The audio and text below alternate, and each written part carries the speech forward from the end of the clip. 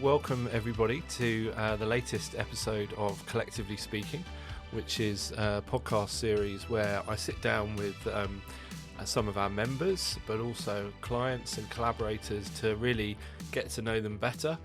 And this series is a bit different because we're going to focus each episode around a topic or a theme, and it's a topic that the speaker will know well, but it will also be a way of really organising and structuring the conversation.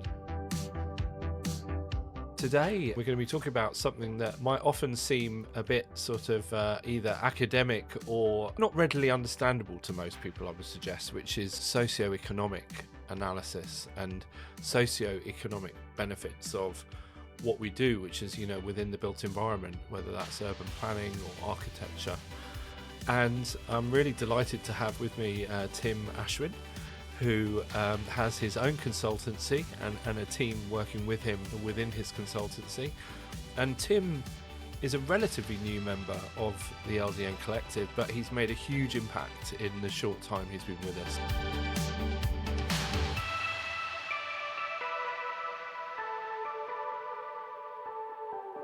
Tim, hello, welcome.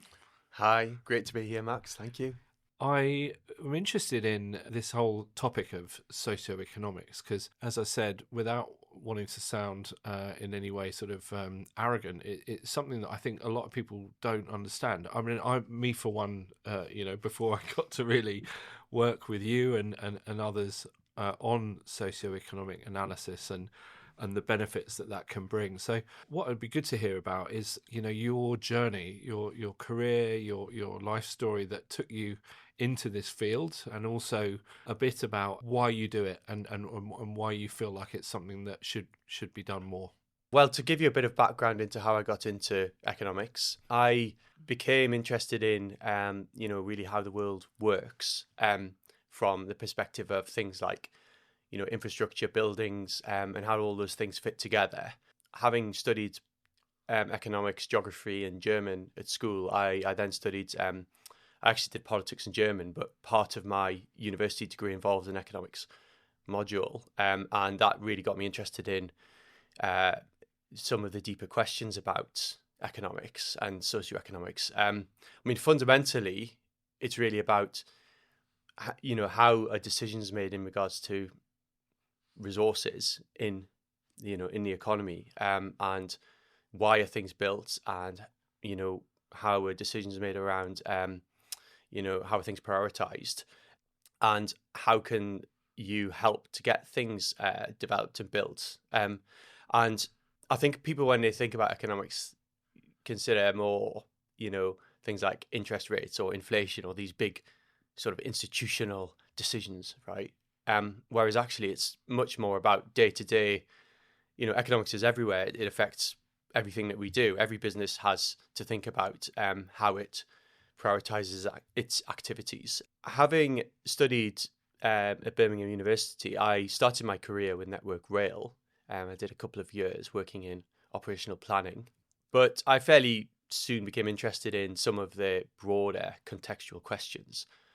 So while I'm interested in how a transport system works, I'm also interested in why do routes connect with different routes? Why are certain services provided, and who do they serve and for what purpose? What's the dynamic behind it? Where does the demand come from? How is it paid for? How is freight moved? How are passengers moved from A to B? And a general interest in geography also was underpinned by sort of wanting to understand more about the methods to get things built. So I decided at that point to broaden my professional experience by learning more about business in general and about other aspects of economics and policy and things. I went to Munich in Germany and did an MBA there, which was a fantastic experience. And I worked for a couple of companies doing sort of logistics type work, industrial logistics, and I worked for an IT company. I did a few things when I was out there, and that really broadened my understanding of how the economy works, how different sectors of the economy work, and so on. And really that was the springboard to me getting into consultancy and getting into economics more generally. So after living in Germany, I returned to the UK and worked for Scott Wilson, which was eventually taken over by AECOM. I was there for about 3 years, and then I spent 12 years at Arup. And then about 18 months ago, I decided to become freelance. So yeah, that's a very quick history, but there's quite a bit to unpack in terms of different stages of my journey, I suppose. It's interesting because obviously you've had experience now of working within different countries and different sort of cultures. And often Germany is looked up to from the point of view of their economy and how that's been managed. So I imagine there's quite a lot to learn and to transfer that kind of knowledge to elsewhere. But also I'm quite interested in the fact that you've worked in these big multidisciplinary organisations like Arab, and you said ACOM as well? Yeah, well, it was Scott Wilson, and then it Right. got bought out by URS, which became ACOM. Yes. I left just at the time when it was being taken over. But yeah, I mean, it was still a multidisciplinary consultancy. Yeah. Yes, yeah. Yeah. Because I often say when people ask what the LDN Collective is all about, I say that it's a different type of a model where it is multidisciplinary, but it's bottom-up network rather than those types of organisations that you mentioned that are very big and have lots of different departments with different specialisms, and obviously that has its own advantages of being able to do sort of internal communications more efficiently and have a whole team doing your marketing or your admin or what have you. But at the end of the day, it's a different kind of service and a different outcome when you do engage with people who are specialists, but they're running their own businesses. And I've always thought that there's a culture that is so different when it's a group of leaders that are running their own businesses to a group of people who are employed by a big company, and often the decision making is a lot quicker when it's a group of people running their own businesses. But also, we don't have the overheads. If you have 10,000 staff, then you need the space and you need to pay the bills, and all of that ends up feeding into fees. And I suppose the reason I'm thinking about this in particular, given your topic or theme, is because it's all about economics at the end of the day, and it's not just about the economics on a spreadsheet. It's about what the outcome is of different models. And I think that's really interesting from the point of view of what you've been bringing to the LDN Collective is this sort of methodology and approach that looks at how a development might be taken forward, and in terms of how you might use different types of spaces for community uses, or how the mix of uses might differ or need to sort of be looked at more carefully. But it's also about the outcomes, what happens then as a result. And I suppose what would be interesting for me and also for our listeners to hear from you as somebody that does this day to day is, what are those kind of outcomes from your experience? And if you were to say socioeconomic benefits are really thought about and done well, what would happen as a result that might not otherwise? I think I would start by saying that socioeconomic analysis is looking at something in a very broad way. So it is a sort of an overarching view of a project from the view of society as a whole.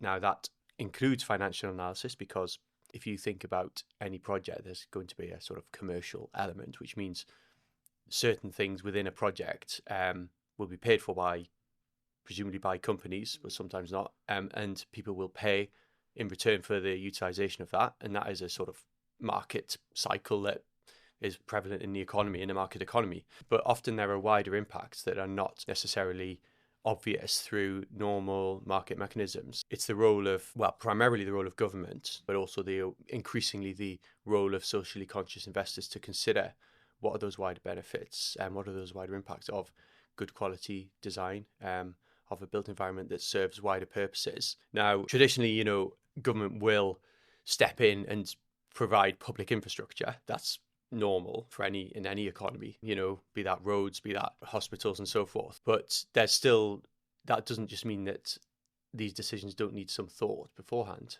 If you think about it, there's always a limit to how much resource is available, and you need to have the tools and methods to work out what is the best use of those resources, which means you then need to bring in analysis of the impacts. So you mentioned examples. If you design, say you're regenerating a high street, yes, there will be things that can be commercialized. There'll be shops, units which restaurants and so forth, which can be paid for by investors, and they will get a return from footfall and people spending money. But there will be benefits to wider society that need to be thought about in that context as well. So you may be providing improved employment prospects and in better wages and better paid work for the local community by attracting people to this area. You may design it in a way that encourages people to be physically active and take exercise. That in itself yields benefits. You may be reducing crime. That yields benefits. All of these things can be analysed, quantified and measured. And if you have a more holistic assessment of any project, you will be more able to shape the project to optimise it to achieve those outcomes. So my mission, I suppose, if you like, is I want to make that sort of analysis more accessible to people, and not to see it as a very academic and sort of dry theoretical exercise, but this is actually, what everybody really wants, which is everybody wants to design a place that's to make people more happy, more healthy, more productive. And those three things respectively can all be analysed, actually. I mean, economics isn't perfect, Max. It's just one, it's one lens, right? It's there many, many other ways of looking at the world, but it's useful, It's useful because it's about all these resources, and, you have to decide of those finite resources, what's the best use you can make out of them to maximise impact, to shape schemes, to channel things in a way that's going to benefit society as a whole. It's a particularly timely thing as well, isn't it? Because I think a lot of investors now are looking for more than just financial returns, and I think it's increasingly becoming within their constitution, within their criteria for investing, is that it has environmental or social benefits as well as financial ones. So I suppose the key thing there is, how do you sort of measure these benefits, and how do you sort of predict what they might be, but then how do you go back and measure it afterwards? Because quite often with the built environment, unless it's either land owned by a local authority or by a sort of a great estate, whether that's one of the more traditional ones or more contemporary ones who have a vested interest in that sort of longer term thinking. If it's just a sort of a developer or a house builder that's planning on either getting planning permission and selling the site, or building it and selling it on, quite often there isn't that incentive to measure, to predict from and strategize from the outset. But arguably there is, because they need to get the planning permission and they need to sell the homes or lease the offices. But to go back and then measure how you've done against what you set out to do, is that something you think is becoming more mainstream and more readily understood? Yes, I do. I do think it's becoming increasingly the case that standards are going up in terms of corporate behaviour, ESG, environmental and social responsibility and governance. And there's for all the sort of challenges and the bad news in the world, there is a consciousness that we, as a society, be you a private operator or government or private citizen, or you need to take action. I think the awareness is increasing. Of course, it's still the responsibility of the public and the state to put the framework in place to ensure good behaviour is incentivised and to ensure that malpractice is penalised. There's a few thoughts really. I mean, one is the public sector, as well as sort of regulating economic activity and making sure that benefits are maximised and negative impacts are minimised, are also bringing into mainstream practice and increasing focus on what we call social value, so those wider benefits. So, for example, percentage-wise, if you're looking at scoring a series of tender submissions for buildings projects, quite often now, I've been seeing projects where there's a 20% weighting given to social value. This is a local authority which wishes to get competing businesses to show their credentials and put their money where their mouth is, if you like, and make commitments. Yeah, and they will. Now the private sector, absolutely, the private sector equally wish to. Of course, there's an element of wanting to look good, don't we all? And they will obviously have commercial reasons to do that, but that is actually quite important, nevertheless, that consumers, if you like, are more conscious about the wider impacts of what they're buying and what they're investing in. Investors likewise, shareholders likewise. So I think it's a joined up effort. It's interesting you were asking about timing there, because if you look at business cases for public sector investment where they think about these wider impacts, quite often, say, taking my high street example from earlier, if a local authority or public sector entity wants to invest to regenerate an area, it might commission some work to look at the benefits, to justify it then putting some, scarce capital to make sure that it's being used in a good way to generate these benefits. That might be done, but it might be another 2 or 3 years before the project is actually built. By then, the business case might be sitting on a shelf somewhere, and that's not right, because there needs to be a sustained and continual focus on these wider benefits. Now, the public sector, to its credit, in the UK is quite strong on this and has, in recent years, really become much better at recognising the need to evaluate, and hence there's some guidance called the Magenta Book, which those who are interested in technical detail will know about, and that requires that you put in place certain things to make sure that you are, post implementation of a project, evaluating its impacts. This is still largely in the domain of the public sector. However, I think in parallel to that, the private sector are catching up, if you like, and they are reporting their own metrics to evaluate the social and economic benefits of what they're doing, right? So they will have annual reports, CSR reports, or whichever acronym they use to describe the division of their business, which is dedicated to making sure that they're performing those tasks and delivering against those deliverables. So yeah, I mean, it's I do think it's a growing thing, Max. Yeah, I would say so, absolutely. I want to ask you a bit about we went on a study trip earlier this year to Newcastle, which I think for people who are good with accents would have already detected a Geordie twang that you have there, Tim. So obviously, in many ways, returning back to your your early stomping ground in terms of Newcastle. But one thing that was really useful, and I think was a revelation to me, really, was when you did some research around the socio-economics of Newcastle. That was, right up to the current time in terms of the way the economy there has evolved, but also much more granular around the types of companies, the types of sectors that are either growing or declining in Newcastle, and how that might then help attract investment, but also how that might shape built environment projects. Who are you building for, and what the demographics are, and how much is the student population, and all of these things are really fascinating, but really underpin a lot of decision making. It just struck me thinking about that trip and the research that you did, is there's some similarities in a way with what you're looking at the moment, which I know we can't talk too much about, but just in broad terms of a master plan for a new settlement that has an economic component to it in terms of places where people will go and work, because we're master planning a whole new town, and any town is not just about people living there or studying there. It's also about working and what kind of jobs and what kind of jobs go well together, and how they might be co-located and become more of an ecosystem. So I'm just quite interested to know from you, how do you do that in a way that is real and is place-based? Because every project that you read about has either an innovation hub or creative quarter, but then there's not much more on what does that actually mean, and what kinds of businesses, and have you spoken to them, and what kind of space do they need, and who do they want to be next door to, and all of that stuff. So how do you go about doing that kind of thing that's more place-based? I think the starting point would be,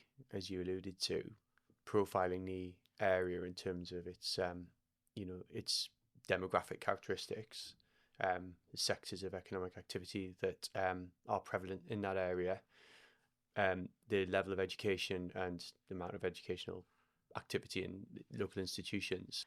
You would focus on what are the particular characteristics of the location in terms of its potential advantages, say from a competitive perspective for certain types of activity. I would, in this case, draw in perhaps certain experts who know about the local commercial market, and they would bring one perspective, because I think that's quite important. They understand where on the supply and demand side, where are there particular shortages of supply versus oversupply. They would know the types of investors. I would then look at local policy and local industrial strategies, so understand the perspective of officialdom, if you like, be that local government or combined authorities, as well as national strategies. You typically have to think about, are there things that are sort of overlapping with other clusters and other locations? Because with best will in the world, if everyone wants to do advanced materials manufacturing, there's only so much advanced materials manufacturing that needs to be done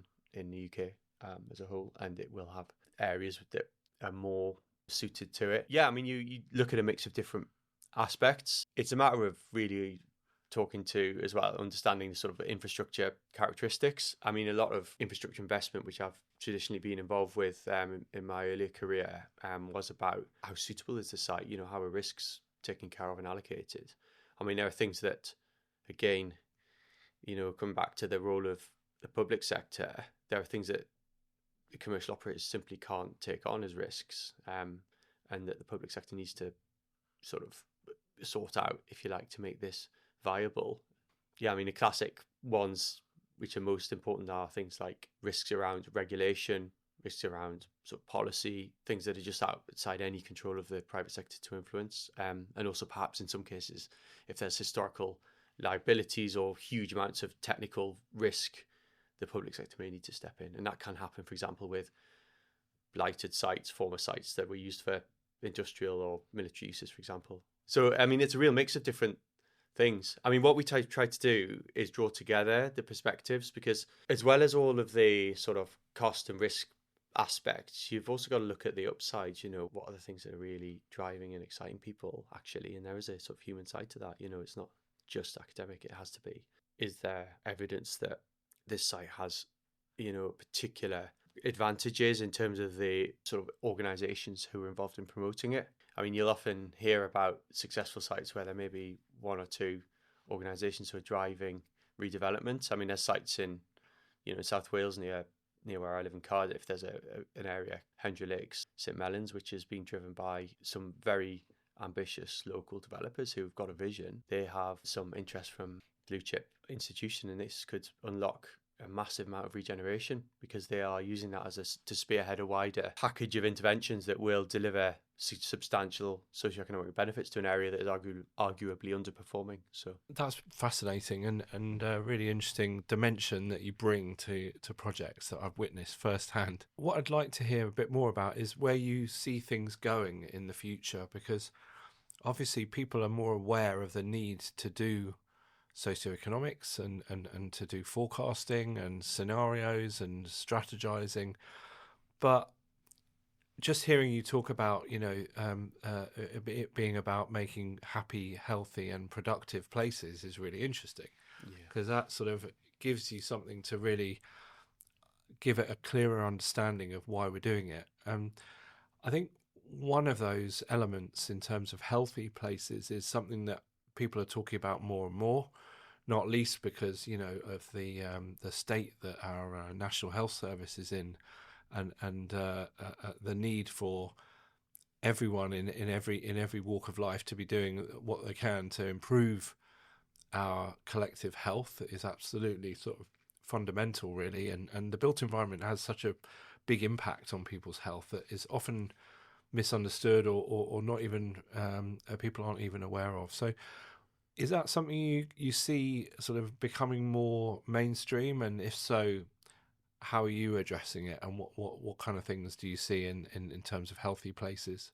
So I think it's a great question, Max. And I think, yes, absolutely. I can see that health and well-being should be a principal consideration of any infrastructure project within reason. If you're designing the fabric of society where people live, where people move around, where people work, you should be, I think, encouraging a configuration and layout and design and characteristics of that built asset that will encourage, for example, people to be more active, to be less dependent, for example, on cars. There should be a greater focus on mental health, and that includes things like making the environment more friendly and safe for people of all ages and abilities. There should be greater focus on sociable space and reducing loneliness, giving people more of an opportunity to intermingle. Now, I'm not saying anything revolutionary, Max, because I mean, there's a huge recognition of this already. But I feel that I'd really like to help to drive that forward by making analysis around what those benefits mean more accessible. Now, what I mean is there's a growing body of analysis and evidence that shows, if you design things in a certain way and make people more active, there will be cost savings, and that can then justify and unlock funding from government by reducing costs to the NHS, for example.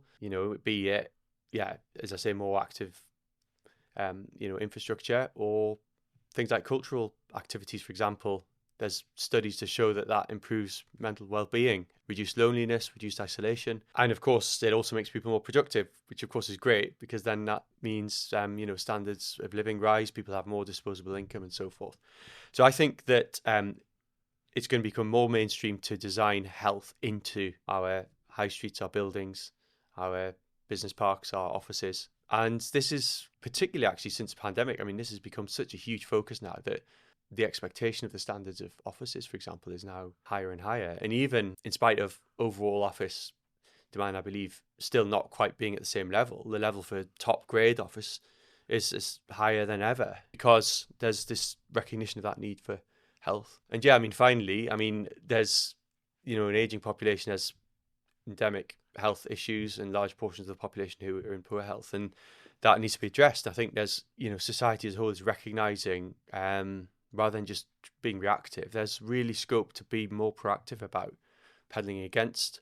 We live in a wonderful age of convenience, and of course, for the past 50, 100 years, we've designed to be convenient and make life as easy as possible. And now there's a bit of tension there, because if everything is so convenient and easy, it means we never take any exercise. It means that we overeat. It means, and we have a sort of convenient private drive-through culture, perhaps, and that's perhaps not the best for society in the long term. So I think that could change.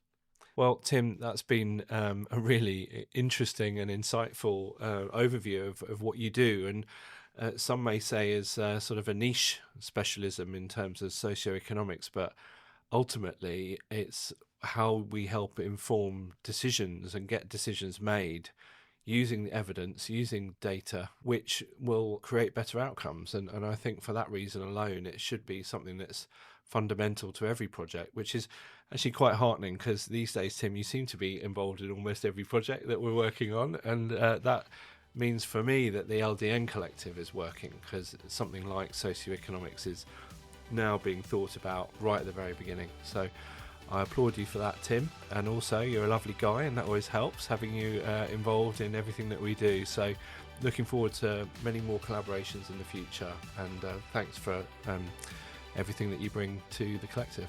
Thank you so much.